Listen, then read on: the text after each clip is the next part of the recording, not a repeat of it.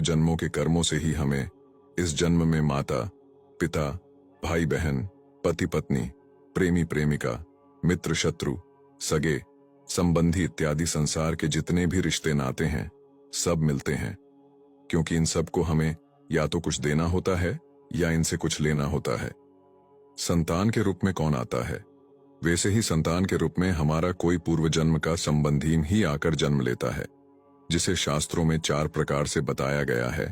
ऋणानुबंध, पूर्व जन्म का कोई ऐसा जीव जिससे आपने ऋण लिया हो या उसका किसी भी प्रकार से धन नष्ट किया हो, वह आपके घर में संतान बनकर जन्म लेगा और आपका धन बीमारी में या व्यर्थ के कार्यों में तब तक नष्ट करेगा जब तक उसका हिसाब पूरा ना हो जाए।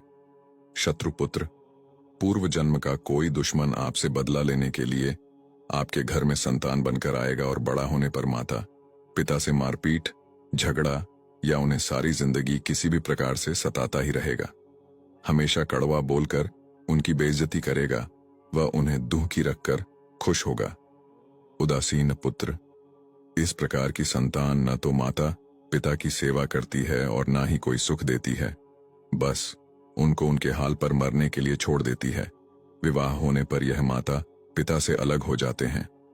सेवक पुत्र, पूर्व जन्म में यदि आपने किसी की खूब सेवा की है तो वह अपनी की हुई सेवा का आरण उतारने के लिए आपका पुत्र या पुत्री बनकर आता है और आपकी सेवा करता है।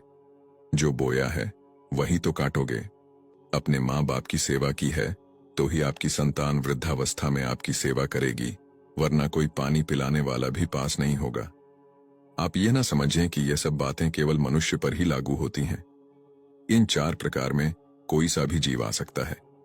जैसे आपने किसी गाय की निस्वार्थ भाव से सेवा की है तो वह भी पुत्र या पुत्री बनकर आ सकती है। यदि आपने गाय को स्वार्थवश पालकर उसको दूध देना बंद करने के पश्चात घर से निकाल दिया तो वह अऋणानुबंध पुत्र या पुत्री बनकर जन्म लेगी। यदि आपने किसी निरपराध जीव को सताया है तो वह आपके जीवन में शत्रु बनकर आएगा और आपसे बदला लेगा। इसलिए जीवन में कभी किसी का बुरा ना करें, क्योंकि प्रकृति का नियम है कि आप जो भी करोगे उसे वह आपको इस जन्म में या अगले जन्म में 100 गुना वापस करके देगी। यदि आपने किसी को 1 रुपया दिया है तो समझो आपके खाते में 100 रुपये जमा हो गए हैं। यदि आपने किसी का 1 रुपया छीना है तो समझो आपकी जमा राशि से 100 रुपये निकल गए। जरा सोचिए, आप कौन सा धन साथ लेकर आए थे और कितना साथ लेकर जाओगे? जो चले गए वो कितना सोना चांदी साथ ले गए? मरने पर जो सोना चांदी धन दौलत बैंक में पड़ा रह गया, समझो वो व्यर्थ ही कमाया। औलाद अगर अच्छी और लायक है तो उसके लिए कुछ भी छोड़कर जाने की जरूरत नहीं है, स्वयं ही सक्षम हो जाएगी आजीविका के लिए। और औलाद अगर नालायक है तो उसके लिए जितना मर्जी धन छोड़कर जाओ, वह चंद दिनों में सब बर्बाद करके ही चैन लेगी। मैं, मेरा, तेरा और सारा धन यहीं का यहीं धरा रह जाएगा, कुछ भी साथ नहीं जाएगा। साथ यदि कुछ जाएगा भी तो सिर्फ नेकियां ही साथ जाएंगी। इसलिए जितना हो सके नेकी करो, सत्कर्म करो।